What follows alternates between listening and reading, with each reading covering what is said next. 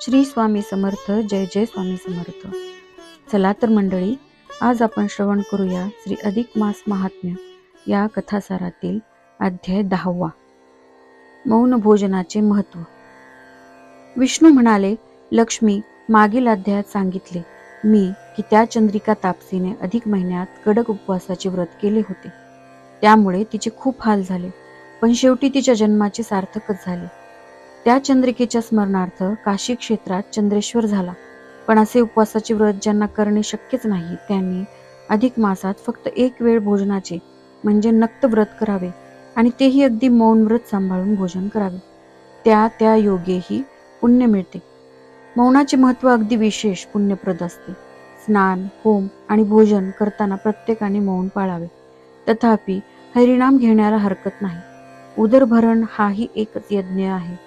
मौन पाळण्यामुळे पापे दूर होतात, सौभाग्य वृद्धी होते, आयुष्य वाढते, भांडणे मिटतात, सुखशांती आणि आगळीच कांती मिळते.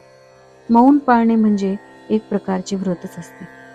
दशमी, द्वादशी पौर्णिमा, अमावस्या, व्यतिपात, वैधृती वगैरे अधिक मासातील पुण्यकाळात जर आवर्जून मौन पाळले जावे, तर इतर काही स्नान, दान किंवा व्रत नियम होत नसतील तर निदान हे मौनाचे व्रत जरी पाळले तरी ते श्रेष्ठ पुण्यकारक ठरते.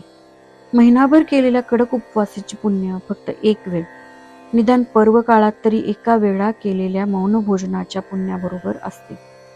आणि म्हणूनच पूर्वीच्या काळी नारद, विश्वामित्र वगैरे ऋषीमुनी आणि संत सज्जन, निष्ठावान लोक सतत मौन व्रत पाळीत असत. मौनाच्या वेळी भगवंताच्या नामोच्चाराला मात्र मुळीच हरकत नाही. अवंती नगरातील वेदशर्मा नावाचा एक साधा गृहस्थ केवळ या मौन भोजनाच्या व्रतपुण्याईने उद्धरून गेला. त्याला स्वर्गात मानाचे स्थान मिळाले. ती कथा अजूनही सारे लोक मानतात. मौन भोजन व्रताच्या उद्यापनाच्या दिवशी देवळात घंटा बांधून दान द्यावे. अशा प्रकारे लक्ष्मी, या अधिक मासात श्री पुरुषोत्तमाच्या प्रित्यर्थ करावयाच्या आणखी व्रताची माहिती मी तुला पुढील 11व्या अध्यायात सांगतो. ती तू मन लावून ऐक. अशा प्रकारे श्री अधिक मास महात्म्य कथासार यातील हा 10वा अध्याय इथे समाप्त होतो.